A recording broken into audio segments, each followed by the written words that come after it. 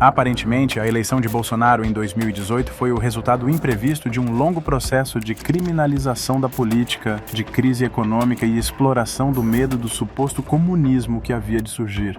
É também a culminância de uma tensão política, deflagrada a partir de 2010, na transição de Lula para Dilma.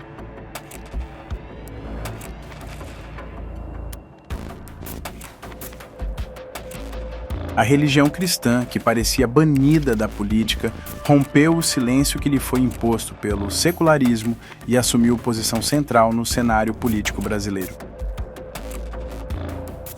Essa junção atual de política e religião no Brasil tem relação com os Estados Unidos, onde o voto evangélico foi conquistado pelo Partido Republicano a partir dos anos 80, com Ronald Reagan, sendo a eleição de Trump o seu ato mais recente.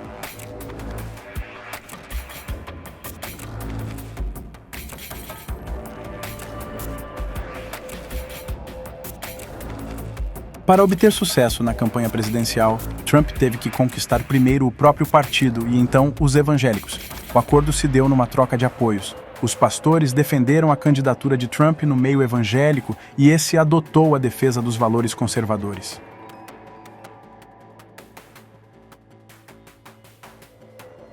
Uma das medidas de Trump, de grande simbolismo para os evangélicos, foi a mudança da embaixada dos Estados Unidos de Tel Aviv para Jerusalém, no que foi seguido por países latino-americanos.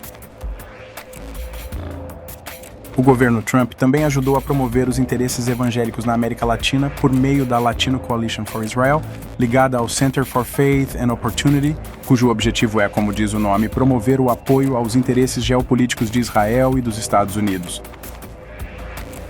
Embora, ao longo da primeira metade do século XX, as igrejas brasileiras tenham assumido progressiva autonomia administrativa em relação às suas matrizes, o neopentecostalismo, surgido nos anos 70 de forte inspiração estadunidense, se tornou veículo de novas doutrinas, como a da prosperidade, da batalha espiritual e do domínio.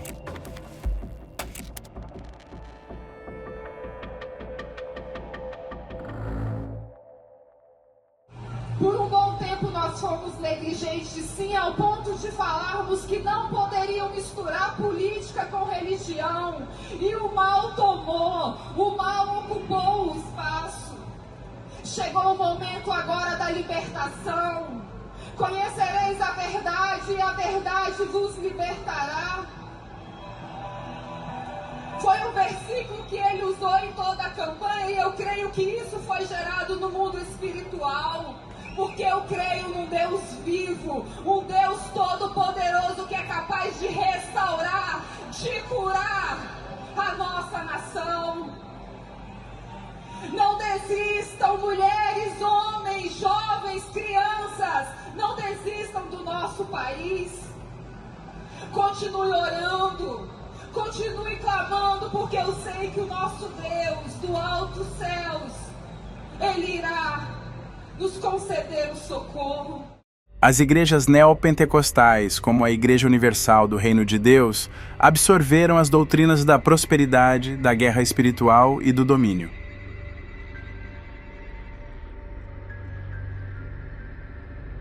Junto a isso, adotaram um estilo moderno de administração, novas estratégias de acesso às mídias e à política e, assim, emularam mudanças de comportamento nas demais igrejas brasileiras, o que as transforma em propagadoras do novo estilo evangélico. Como dito anteriormente, a eleição do Bolsonaro é a culminância de um processo iniciado a partir de 2010 na transição entre Lula e Dilma, passando pela crise econômica, pelas jornadas de 2013, pelo impeachment da Dilma, pela extensão da Operação Lava Jato e pela prisão do Lula em 2018. Aquele ano marcou a guinada de líderes e políticos evangélicos à direita neocon, captando a insatisfação popular e os temores causados pela promoção de certas políticas identitárias pelos governos do Partido dos Trabalhadores, PT. Essa guinada está bem representada na oposição dramática ao PL 122/2006, na condução de uma CPI em 2008 pelo senador Magno Malta e na eleição de Marco Feliciano para presidir a Comissão de Direitos Humanos da Câmara, 2013.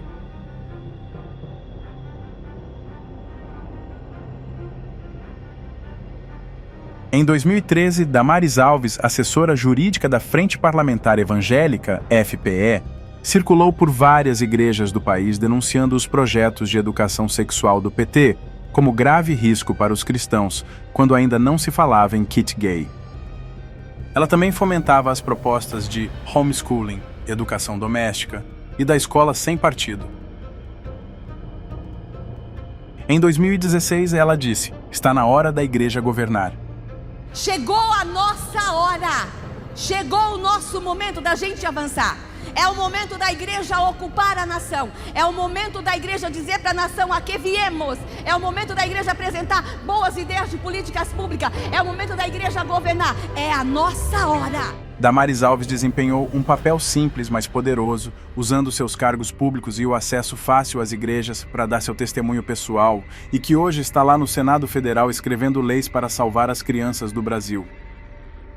O que ela importou da seita QAnon, dos Estados Unidos? Essa seita mentirosa é apoiadora de Donald Trump e inventa infinitas mentiras para exaltá-lo e demonizar os seus oponentes.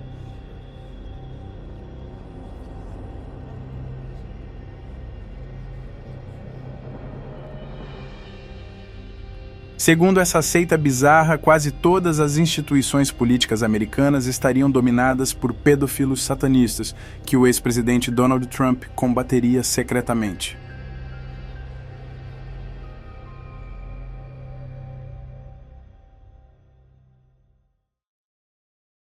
Uma pesquisa realizada pelo Public Religion Research Institute indica que a crença nas teorias de QAnon é significativa entre os republicanos nos Estados Unidos.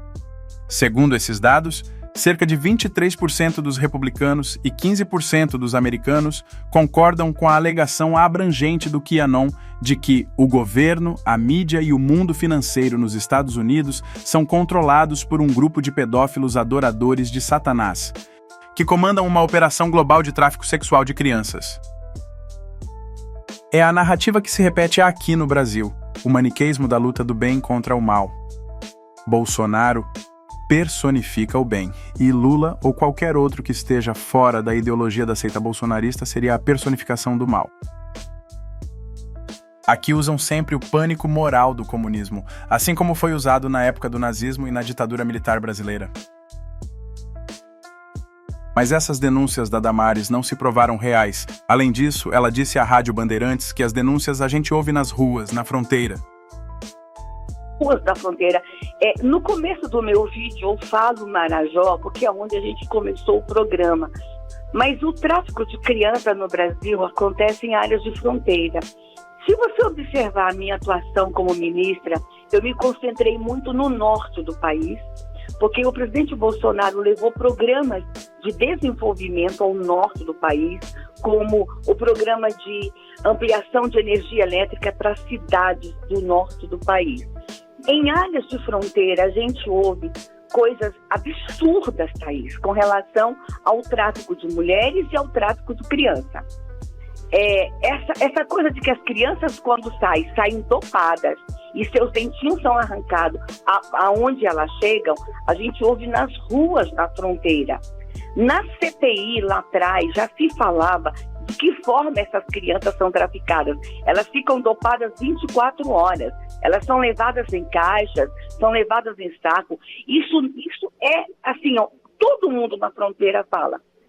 O QAnon também teve papel fundamental nos movimentos que culminaram na invasão do Capitólio, quando apoiadores de Trump não queriam deixar Biden ser declarado o vencedor das últimas eleições presidenciais daquele país. Lembra alguma coisa que ocorreu aqui ou não?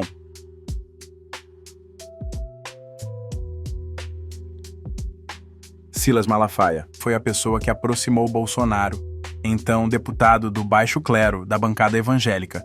Essa manobra política rendeu resultados eleitorais imediatos para Bolsonaro. Em 2014, ele tentou ser indicado candidato à presidência, mas não obteve apoio de seu partido. Não obstante, lançou-se a deputado federal pela 7ª vez consecutiva e obteve votação 4 vezes maior do que em 2010. Em 2014, o pastor Everaldo Dias Pereira foi candidato à presidência. Ele adotou um discurso economicamente liberal, seguindo a escola austríaca e socialmente conservador em questões culturais e políticas públicas, que depois se cristalizaria na campanha de Bolsonaro.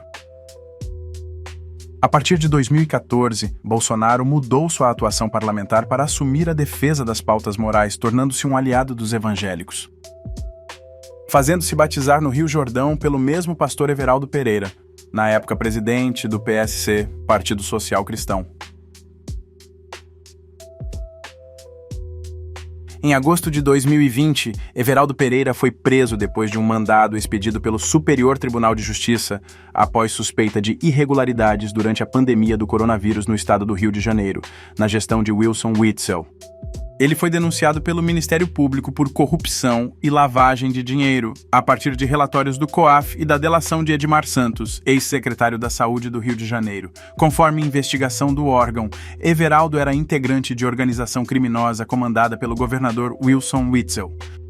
O ministro Benedito Gonçalves, do STJ, escreveu em decisão que determinou a prisão de Everaldo, dizendo que o pastor age em sofisticada teia de relações que envolvem muitas pessoas físicas e jurídicas, dentre elas seus filhos Laércio de Almeida Pereira e Felipe de Almeida Pereira, que também foram presos. Após esse batismo em Israel, Bolsonaro apareceu em igrejas, recebeu orações e citou versículos bíblicos e o slogan Brasil acima de tudo, Deus acima de todos. O slogan do Bolsonaro, Brasil acima de tudo, Deus acima de todos, tem semelhanças com o slogan nazista Deutschland über alles, que significa Alemanha acima de tudo.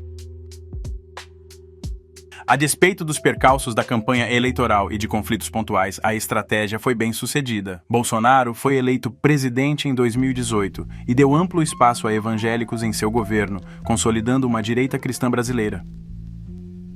Como aconteceu nos Estados Unidos, igrejas de diversas denominações superaram suas divergências em favor de um projeto político ecumênico, o que foi, de fato, a caminhada de Bolsonaro.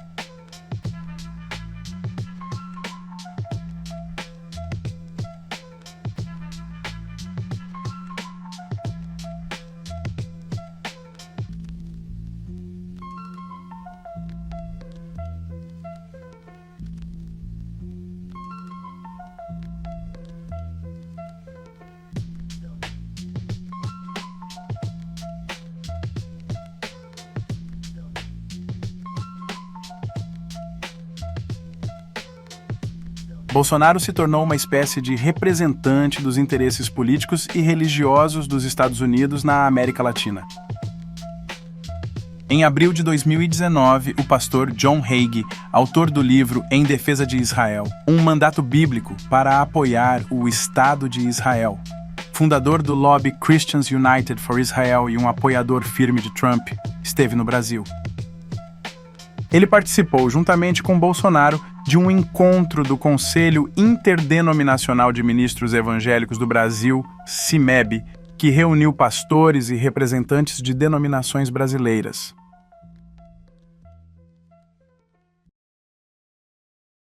Num de seus discursos de campanha, Bolsonaro disse: É Estado cristão!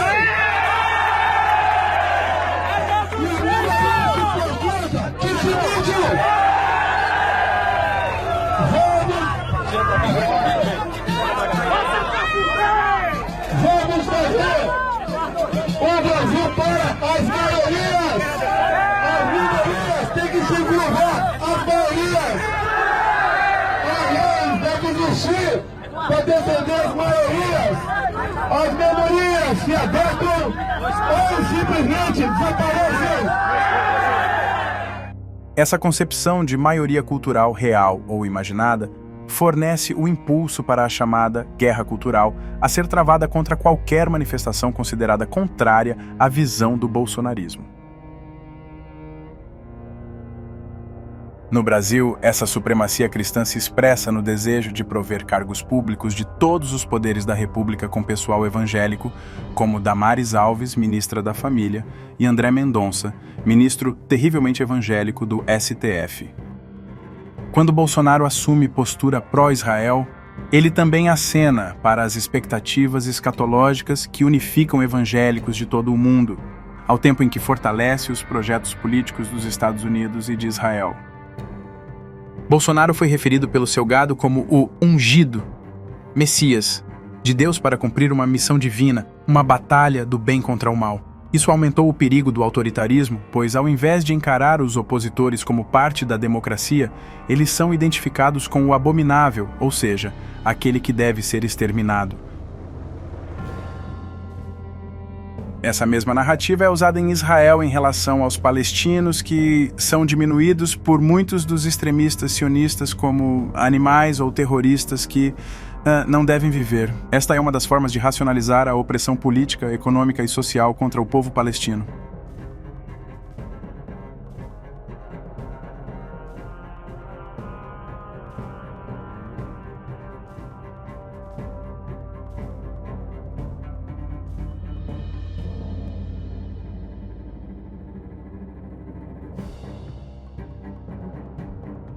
Essa visão de mundo dessas seitas de ódio, falsas conservadoras, usam a narrativa sempre maniqueísta cooptando os fiéis para uma cruzada política do bem contra o mal.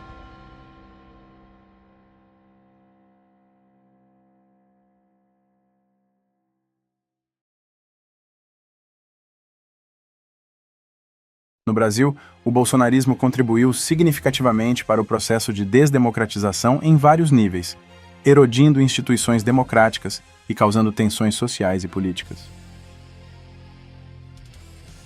O líder da seita Jair Bolsonaro estabeleceu alianças com líderes de grandes denominações evangélicas, como a Igreja Universal do Reino de Deus e a Assembleia de Deus.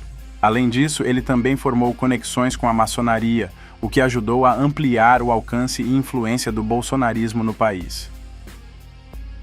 Durante seu mandato, Bolsonaro apoiou políticas que beneficiam instituições religiosas, como isenções fiscais e a defesa da educação domiciliar popular entre evangélicos. Esse apoio levou o Estado brasileiro a ser mais envolvido e até mesmo dependente desses grupos religiosos, fortalecendo ainda mais seu poder.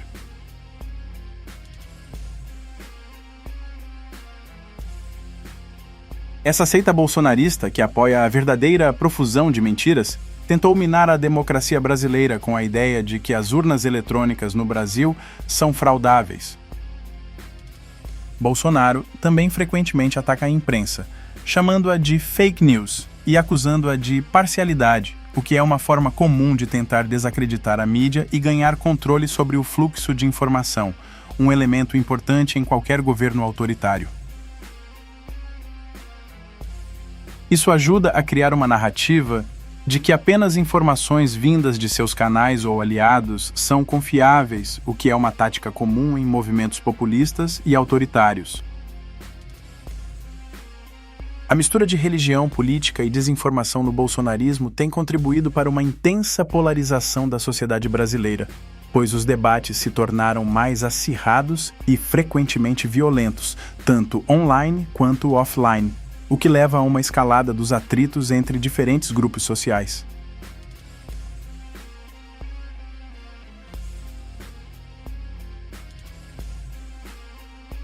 A desinformação e a retórica agressiva do bolsonarismo contra instituições democráticas, como o Congresso e o STF, minam a confiança pública nessas instituições e ameaçam a estabilidade democrática, pois isso pode levar a uma erosão do respeito pelas regras democráticas e a um cenário de conflito político.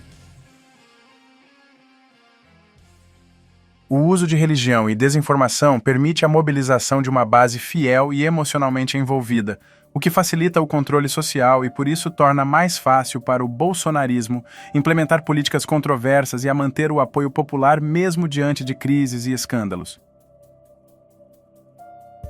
Jair Bolsonaro já foi casado 3 vezes, o que contrasta com sua imagem de defensor da família tradicional.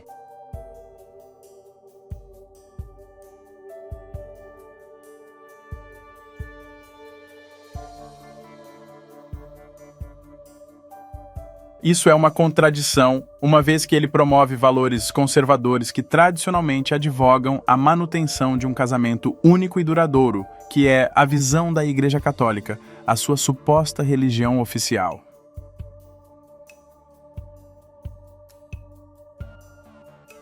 Bolsonaro e seus filhos são frequentemente criticados por práticas que contradizem a ética e a transparência que ele promove, o que sugere que a família Bolsonaro prega valores conservadores e religiosos, mas não necessariamente o pratica na vida pessoal. O nepotismo de Jair Bolsonaro se manifesta na ascensão política de seus filhos, especialmente Carlos, Eduardo e Flávio Bolsonaro, o que contraria a defesa de valores meritocráticos e anticorrupção que ele prega e levanta dúvidas sobre a consistência dos discursos e práticas do bolsonarismo. O envolvimento de Flávio Bolsonaro no escândalo das rachadinhas contradiz a postura de combate à corrupção e transparência que Bolsonaro prega, o que revela uma certa inconsistência entre os discursos e as práticas do bolsonarismo. Houveram também os escândalos envolvendo Bolsonaro com joias e falsificação de cartão de vacina, atos que podem levar o cidadão para a prisão. Entretanto, quando há uma fanatização de seus seguidores, esses fatos são frequentemente ignorados ou desacreditados, tornando difícil qualquer crítica e tornando ainda mais intenso o fanatismo. Bolsonaro se posicionou contrariamente a medidas de saúde pública para combater a pandemia de Covid-19, como o uso de máscaras e o distanciamento social. Além disso, ele minimizou a gravidade do vírus e promoveu medicamentos sem eficácia comprovada, o que foi irresponsável e contrário à autoproclamada defesa da vida e da saúde das famílias brasileiras. Pesquisas apontam que 400 mil mortes de Covid poderiam ter sido evitadas se Bolsonaro não tivesse agido de forma negacionista e retraído na pandemia. Ele imitou pacientes com falta de ar nos momentos mais dramáticos da pandemia e também inventou que a vacina contra o Covid poderia provocar AIDS. Enfim, foi um espetáculo do circo dos horrores. Muitos dizem que ele praticou um genocídio no Brasil.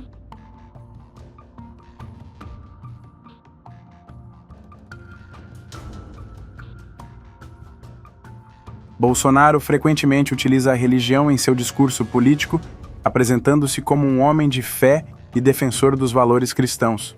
Contudo, todos esses comportamentos e declarações anteriormente citados demonstram intolerância, agressividade e falta de compaixão, o que contradiz os ensinamentos cristãos de amor ao próximo e de perdão. Bolsonaro tem sido um agente do caos. Eu estou aqui porque acredito em vocês. Vocês estão aqui porque acreditam no Brasil.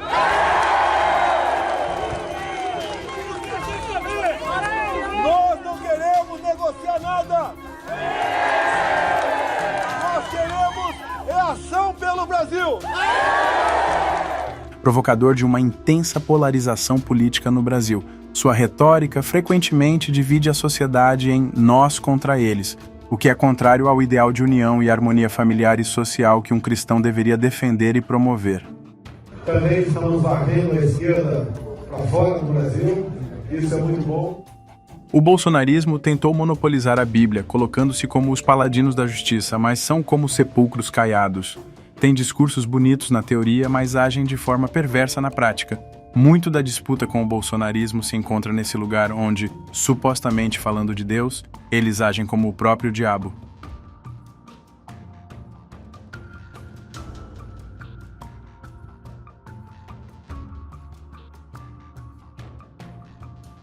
A direita tem sido um instrumento da nova ordem mundial quando se trata de economia, com suas políticas de Estado mínimo e privatização de empresas estratégicas nacionais para pequenas elites monopolistas. Essa postura segue a linha de pensamento liberal, que busca uma desregulação e desinchaamento do Estado, entregando o controle da economia para poucos indivíduos.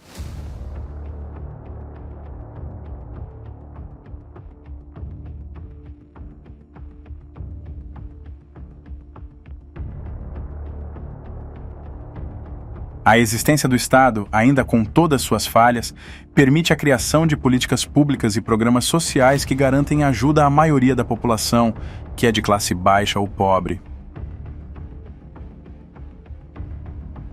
A Bíblia contém inúmeras passagens que enfatizam a importância da justiça social, da caridade e da proteção dos pobres e vulneráveis. Esta passagem reforça a ideia de que os pobres e necessitados devem ter acesso à justiça e seus direitos devem ser defendidos. Abre a tua boca a favor do mudo, pela causa de todos os que estão designados à destruição. Abre a tua boca, julga retamente e faze justiça aos pobres e necessitados. Provérbios 31, 8, 9.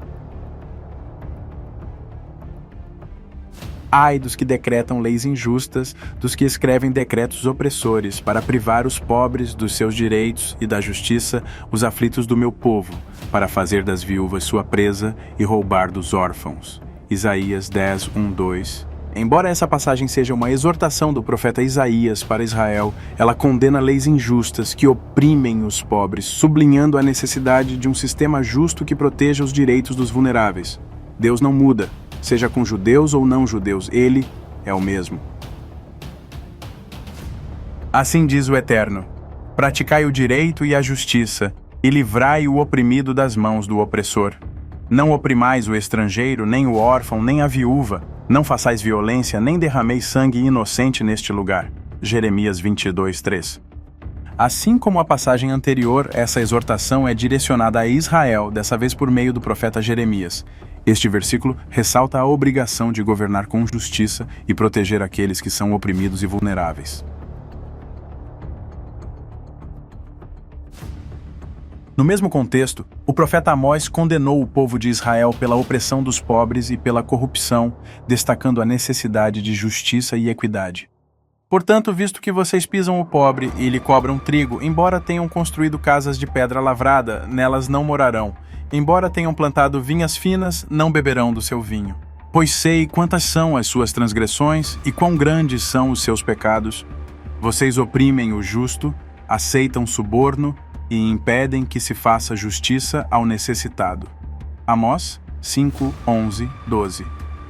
Já no livro principal de fé dos cristãos, o chamado Novo Testamento, o irmão de Jesus, Tiago, sublinha a necessidade de ações concretas para ajudar os necessitados, não apenas palavras, assim como é o caso desses políticos safados que não vivem o que pregam e usam da deturpação da religião para manipular politicamente. E se um irmão ou irmã estiver necessitando de roupas e do alimento de cada dia, e um de vocês lhe disser: vá em paz, aqueça-se e alimente-se até satisfazer-se, sem, porém, lhe dar nada, de que adianta isso? Assim também a fé, por si só, se não for acompanhada de obras, está morta.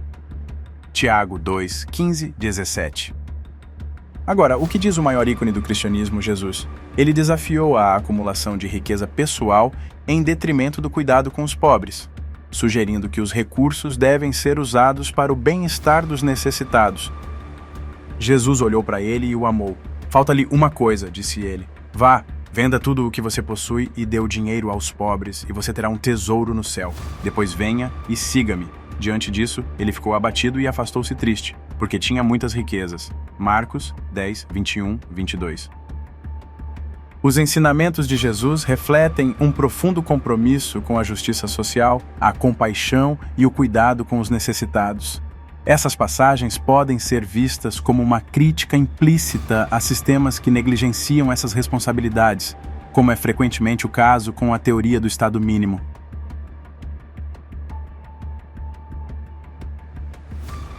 O compromisso de Jesus com os pobres e vulneráveis sugere a necessidade de estruturas sociais e políticas que garantam a proteção e o bem-estar de todos os membros da sociedade, especialmente os mais desfavorecidos. Não é isso que vemos nos meios desses falsos religiosos que usam a fé para enganar as pessoas e as manipular. A Bíblia é clara ao condenar líderes que enganam seus seguidores, destacando que tais líderes enfrentarão severas consequências tanto neste mundo quanto no espiritual. Passagens como em Salmo e Tiago enfatizam a seriedade da responsabilidade de liderança e as graves repercussões para aqueles que abusam dessa posição.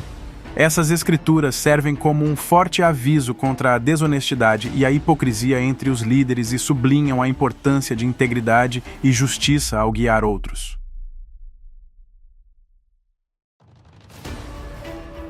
Quando os maus brotam como relva e todos os malfeitores florescem, é para serem aniquilados para sempre.